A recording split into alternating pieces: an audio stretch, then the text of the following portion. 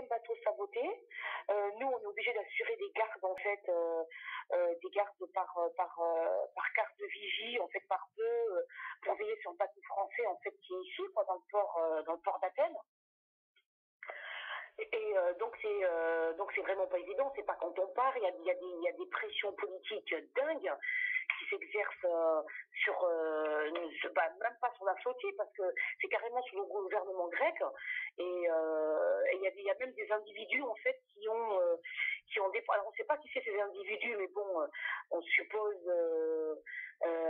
sûrement pas à tort, en fait, qu'il s'agit de personnes des services, en fait, israéliens, qui en fait ont déposé des plaintes contre 3 bateaux, un au prétexte qu'il y a le cargo, en fait, grec, qui polluait les eaux où il était, l'autre qui avait apparemment n'était pas aux normes pour naviguer. Enfin voilà, c'est que ça. Donc on n'a aucune idée du jour auquel la flottille va partir. Nous on tient prêt. De toute façon, on a eu des formations, on a eu des préparations, des mises en situation, des simulations, en fait, face à l'agressivité, à l'attaque des Israéliens. Donc voilà, on se prépare, on est confiant, on est serein. On a des réunions régulières d'information. Il y a la coalition internationale qui se réunit régulièrement aussi pour envisager les scénarios possibles, sachant que maintenant il y a carrément des prises de position, par exemple du président américain Obama, qui interdit aux bateaux américains de partir et qui exige du gouvernement grec de ne pas le laisser partir. Et ça veut dire quoi de manière concrète? Ça veut dire que si le bateau américain part, il partira dans l'illégalité.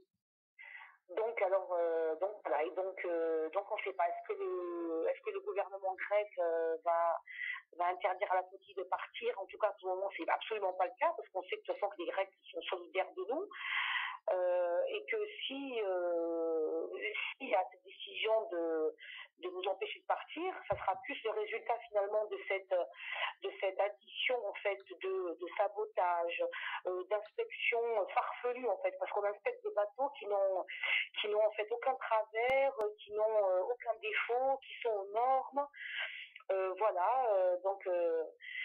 Donc là, franchement, on est dans le flou le plus total.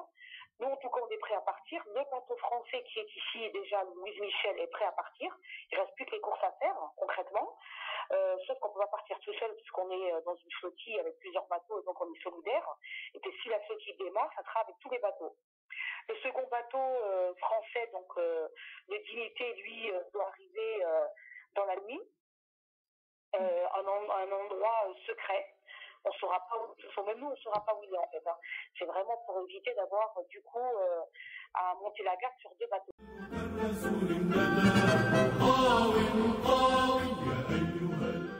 On a commencé donc par une conférence de presse internationale, donc lundi, où il y avait vraiment tous les passagers de toutes les délégations du monde entier, donc de 22 pays.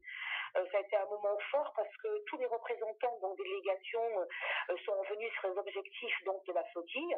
Une flottille pacifique, non violente, humanitaire, avec 2 objectifs, un objectif humanitaire et un objectif politique, puisqu'on se situait sur une ligne puisque nos gouvernements ne font pas appliquer le droit international et ne mettent pas fin à un blocus complètement illégal au regard des conventions internationales, et ben c'est les peuples en fait de se charger de faire appliquer le droit et en tout cas d'aller briser au moins symboliquement ce blocus en solidarité avec les Palestiniens.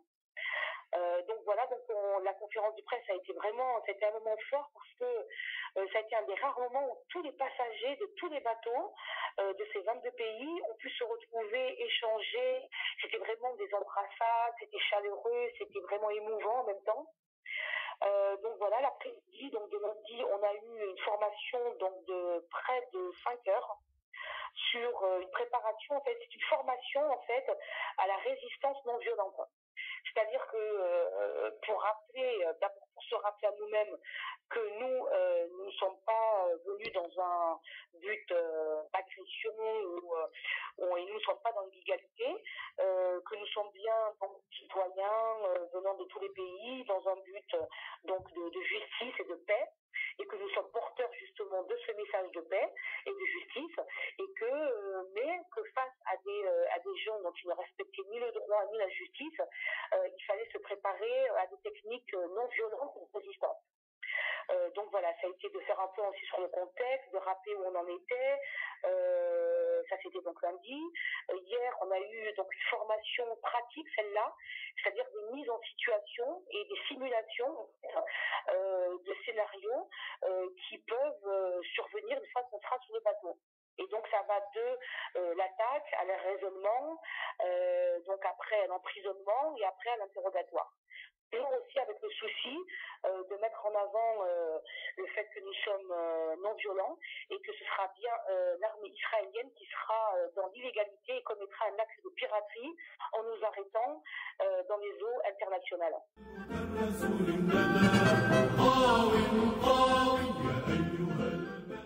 Elle est solidaire, je les ai pratiquement tous les jours, mon mari, les enfants. Donc c'est vrai que bon, par rapport aux annonces, qui sont pas très flagrantes parce que c'est pas vraiment relayé au niveau médiatique en France. En tout cas, il y a des dépêches au moins, et puis ça, on essaie de communiquer de manière ici solidaire pour tenir au courant ceux qui sont restés là-bas en France. Donc dès qu'ils ont en fait une appréhension, quoi que ce soit, ils m'appellent. Moi aussi, je leur donne régulièrement des nouvelles. Bon, je positive énormément parce que c'est vrai que ces formations, le fait d'être ensemble, confronté à une situation qui est quand même très oppressante en fait, ça nous soude énormément, nous, passagers, les 45 passagers des 2 bateaux français, et franchement, y compris dans les formations, ce qui est mis en avant, c'est que notre force dépendra de la cohésion de notre groupe. C'est-à-dire, plus on se connaîtra, plus on se fera confiance, plus on sera dans une démarche de solidarité et d'entraide, plus cela rajoutera en fait de la force à notre action et à notre fonctionnement en fait. Donc voilà, et puis en même temps, alhamdoulilah, je veux dire, il y a, voilà, vous m'appelez, vous m'envoyez des textos, enfin voilà, on s'est soutenu, on n'est pas déconnectés, on est vraiment dans une chaîne de solidarité, d'entraide, de fraternité, qui nous porte énormément ici, hein, parce que en même temps, on a la responsabilité d'être voilà, porte-parole aussi, hein, et les têtes de réseau, voilà, et on représente toute une société civile, en plus de nos organisations respectives.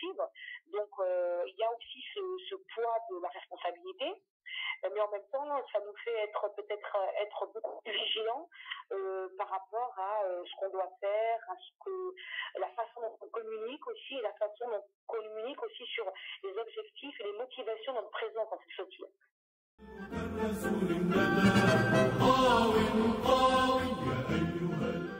Alors là, au moment où en fait je parle, on s'achemine, si le scénario commence à trop durer, le fait qu'on ne sait pas ce qui se passe, est-ce que la flottille va partir, pas partir, à commencer en fait à penser à une prémobilisation donc en France.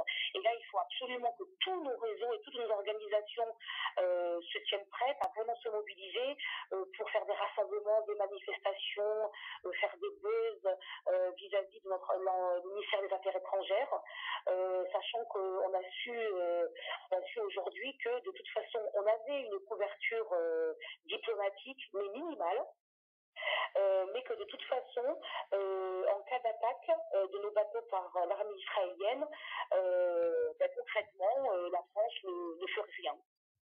Ça a été clairement verbalisé par le ministère des Affaires étrangères français.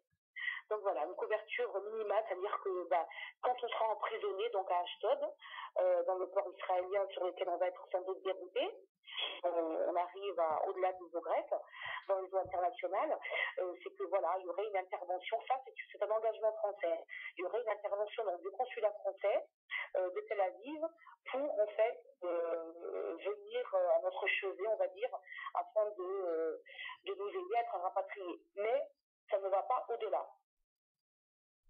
Donc voilà, en termes de mobilisation, rester vigilant, rester à l'écoute et se tenir prêt, vraiment être très réactif. Si nous ici, on sent que le scénario devient mauvais et qu'il faut vraiment dans nos pays respectifs générer une mobilisation vraiment soutenue de manière à renverser la pression en faisant pression donc sur notre gouvernement. Et bon, et en même temps, voilà, le soutien, il se fait aussi par, quand on voit sur les réseaux sociaux, les messages de solidarité, les messages de soutien, voilà, ça nous porte énormément parce qu'on se sent, voilà, rattaché à vous là-bas. Et c'est important parce que le risque qui peut surgir, c'est que plus en fait, c'est la guerre des nerfs en fait, hein, et c'est une question de temps. Le temps joue contre nous, pas par rapport à l'action et au fait d'embarquer sur les bateaux, mais joue en fait contre ceux qui vont commencer à se décourager de manière légitime, et notamment celles et ceux qui ont des agendas contraignants. Donc plus le départ de la flotte tarde, plus il y a des risques en fait de délitement de notre délégation française, mais des autres délégations aussi.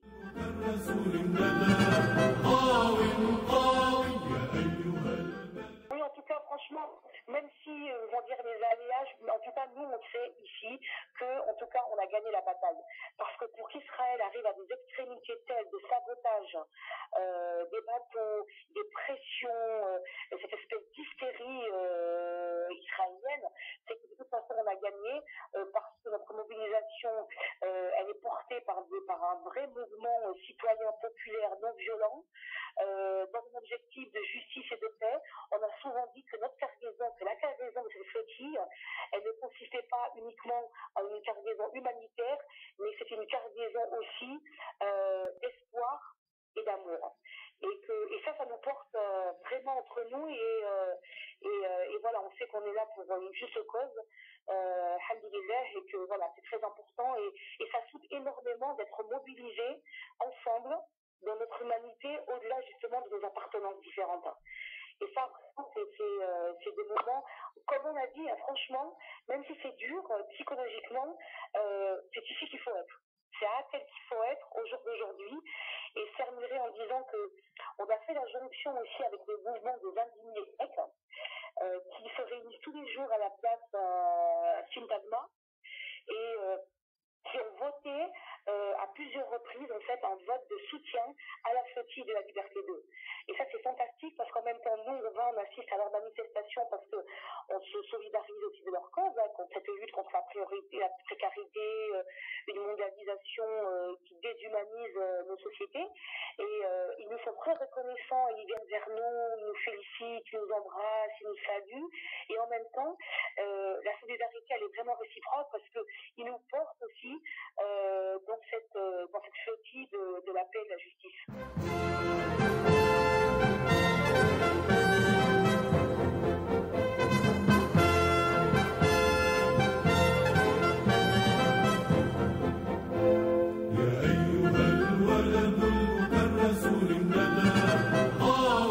طاوي يا أيها البلد مسدس في دمي